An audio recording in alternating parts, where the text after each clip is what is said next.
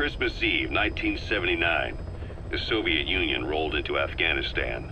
Muslims had revolted against the Soviet-friendly regime established the year before. The DRA forces could no longer contain it themselves, so the Soviets went in to intervene. The Afghan government was powerless and fraught with infighting. They lost the hearts and minds of the people, and that alarmed the Soviet leadership. With the Islamic Revolution happening in Iran, the Soviets felt they had to act fast or risk the spread of Islamic revivalism. A superpower, sending a motorized rifle division against men on horseback with antique rifles.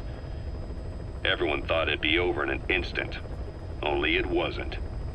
Some Muslims made their fight a jihad, a holy war, and began a guerrilla campaign on all fronts. A war of attrition. These fighters call themselves Mujahideen. They're being supported by the West through Pakistan. That's why Miller was involved. He was training them near the Zero Line, sponsored by the CIA. The war has become a nightmare for the Soviet troops stationed here. They thought they'd be headed home in 6 months at the most. Then a year passed. 2 years. Now here we are 4 years on with no exit in sight. Afghanistan has become the Soviet Union's Vietnam. The Soviet troops on the ground want to go home, but at least they have homes to go back to. The Afghans have lost theirs.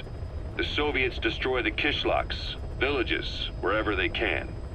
They burn down homes and fields, fill in wells, turn pastures into minefields. It's created a mass of refugees who fled to Pakistan. If the Mujahideen are fish swimming around the villages, the Soviets will go so far as to dry out their ocean.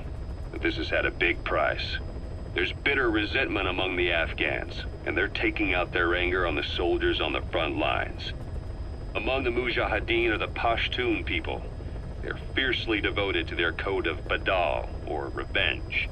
Soviets they've captured have had their hands, feet, and noses cut off before being left to die at the side of the road, just to show their comrades what they're capable of. Friendlies who come across them can do nothing but put them out of their misery. Then they burn down another village in retaliation, and the cycle of vengeance goes on. The parasites, they were tested in other regions? Their physiology requires that they be tested under varied conditions. Another test site was in Afghanistan. So it was the parasites there. Both the Pashto and Tajik languages are spoken in the mountains of Afghanistan, and population density is low. Ideal testing grounds for how accurately the parasites target only the specified language. It is also relatively easy to prevent the spread of infection. And the results? The first test, I am told, was a success. Once the Pashtun Mujahideen were infected with the Pashto strain, they were all but wiped out. The Hamid fighters at Smasei Fort. It was doubly successful. No Tajik Mujahideen or Soviet soldiers became symptomatic. So the parasites proved to be effective. What about the second test? Also supposedly a success. A Pashtun village was the target.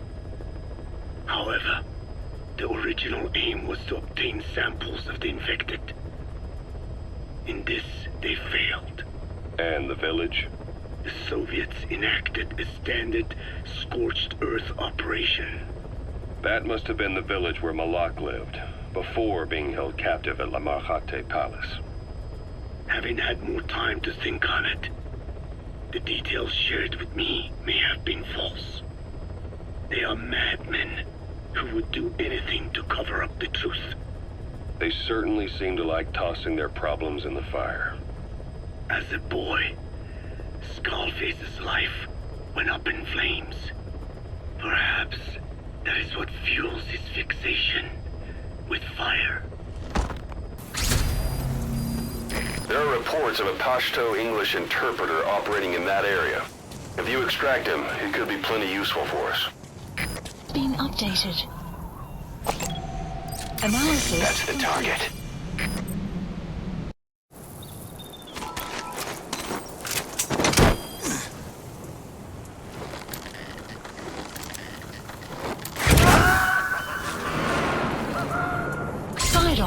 Sideops list updated.